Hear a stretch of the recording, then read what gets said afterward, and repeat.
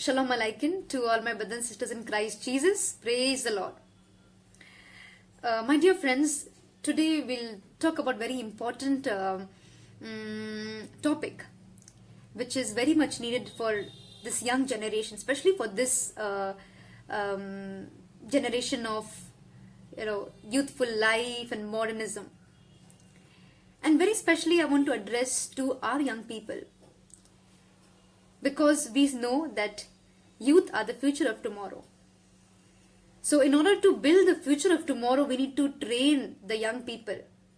We need to teach and guide the young people so that they may be the significant part of building the society, of making the society a holy one, a godly one, where they may spread the light to all the people whom they meet, the society they are introduced to. So today's video is especially for the young people, for the children as well. So they may learn, they may get the guidance of how to live the future tomorrow. So today I'll be talking about marriage, family and parenthood. People tend to say, no, it's too early for children to know and talk about marriage in this age. This is not the right time. Then I wonder when is the right time to talk about marriage to them? Because if they're not trained about marriage, if they don't know the concept of family, they may tend to lead the worst family of their life. So it's very important to talk about marriage, to talk about relationship, to talk about family, parenthood when they are young. Because usually, in their teen, in their youthful times, they tend to fall in love, they look for partners, and it's very important to teach them about marriage. Because you cannot teach young people, when they're in their 23 or 24, 25. It's very important to teach them, to guide them, to know about the truths of family, to know about the truths of parenthood, of how to become a good parent in a quite early age, when they start becoming mature, like 13, 14, 15, so that they may get the good guidance when they lead a marriage or a family. So my dear brothers and sisters, just sharing you a real life incident. In today's society, I see, you also see, we all know that youth are simply diverting their own paths. They're going astray. They're taking bad decisions of life. They're simply making such choices which are not only harming their body, but it's harming their career, that's harming their future. And why is it? Why don't we see that a good bond between a child and its parent? Why don't the parents try to communicate with the children? Why is that the child is not getting the required attention and care and love from their parents? Why? Well, there are various reasons to talk about. My dear friends, I was just reflecting on this thing. That is, what is the biggest achievement for a parent? What is the biggest and the greatest achievement for any parent in this world? Is it, to see the child to become a millionaire? To see the child that, he or she has achieved a name, fame, reputation, became a celebrity or became the world's biggest doctor, engineer? Is that what a parent's achievement is all about? For a parent, the most happiest thing to see the child is to stand on their feet? I tell you, no. None of these things. Personally, what I feel the biggest achievement for any parent in this world is to hear from their own children, from their own child, that mommy, you are my inspiration. Dad, you are my inspiration. You are the one why I am standing here. This is the biggest achievement for any parent. And today's world, we don't get to hear that. Why? So today, this is what I want to talk about, that why preparing ourselves to be a good parent is very important. It's very important. Because this society is lacking that holy society. This society is lacking holy parents. We don't need godly society. We don't need godly parents. All we need is holy society, holy marriages. That is what we need. No wonder it was never known as the godly family of Nazareth, but it was called as the holy family of Nazareth. So in this world, we need holy families, we need holy marriages, we need holy parents to make holy children. And who will do that? It's all in the hands of the youth. Because we are the future of tomorrow, and we can save the future if we take commitment of making our relationships pure, our relationships holy, to take a decision that in my marriage, in my family, I want to make a holy society, a holy generation, a generation which is filled with the fire of God. And it's not difficult. It's not difficult.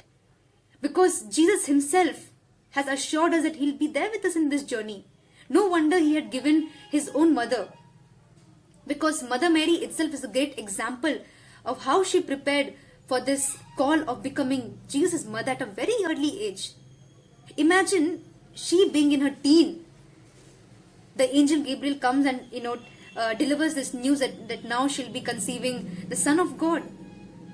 Yet, it is with the help of Holy Spirit which prepared her to be a parent at that early age. So imagine how much preparation we need. And my dear brothers and sisters, nowadays many couples are, many godly couples are coming. There are many couples, where the center is Christ. I see many, even in social media, we have many couples who are great example of marriage, of a family. But what is more important is to know our call, to know our vocation of what the marriage and family is. There are many couples who come forth with this intention of having, a good marriage. But marriage without the intention of not having a family can be a dangerous one, a deadly one. We indeed need good marriages. But the fruit of marriage is a family. I have seen many people question that, there are not vocations coming forth. There is no vocations coming. I don't know why our young people are not going to become nuns and priests. But the answer is very simple. The reason is that we're not having, holy marriages. We're not having holy societies. We're not having holy families. The day we have more of holy families, I tell you, my brothers and sisters, immediately we'll have the increase of vocations. We'll see priests coming forth. We'll see nuns coming forth. We'll see people giving up their lives for Jesus. That's the reason. The problem is not with the youth, but the problem is the children. The children are not being given the gift of Jesus in the early age. So I tell you, my dear young people, to the young couples, to the young godly couples, to the young holy couples, it is very important for you to be first an example for the child. Then only we can lead the society. As I said, for any parent, the biggest achievement it is to hear, my dad, my mom, you're an inspiration. Because a child first institution where he or she is introduced is the family. The first teacher he comes across is her mother or her own father. So if we don't become an example to the children, I tell you, we cannot even expect them to be great human beings also. And it is said, even the studies tell that, from the time they are born till, 16, 17, they need a lot of care, attention, guidance from their own parents. Whatever action you do, even you fight, they'll learn, they'll imitate the same thing in the future. So if we don't be any great examples for the children, we cannot expect them to be great human beings. They'll become animals. As I said, for a parent, the biggest achievement is to hear from their own child that, Mom, you're a great example to me. I recently heard this interview of one of my professor, and I was so glad to hear that he himself said, that his mother is his inspiration. During that interview, he was asked that, what makes you a teacher? Why have you chosen this profession of teacher?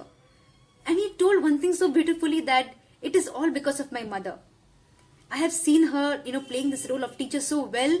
And at a very early age, I had this great thirst to become a teacher. And he said it all comes from my home. His father was a preacher, his mother was a teacher, and there you go. So this is how, our joy should be when we become a parent. My dear young people, it's never too early to talk about how a family should be, how we should be as a parent, no matter how young you are. Ask the Holy Spirit to prepare you in this journey, because we lack godly societies, we lack holy societies, we lack vocations, and it all comes from holy marriages. When two people come in the union, one of the mission for any holy couple should be to give birth to Jesus Christ. To give birth to Jesus Christ in the form of children, in the form of society, in form of every action. Instead of complaining why murders are happening, why terrorists are, there existing in this world, why rapes are happening, why, there is so much of violence, the answer is in your hands. The change cannot take place, but the change can happen only if you and I make a decision. Because the change starts with I. The change starts with I. We cannot complain, why, there is no change in our political system, why it's so much corrupted. It's all in our hands.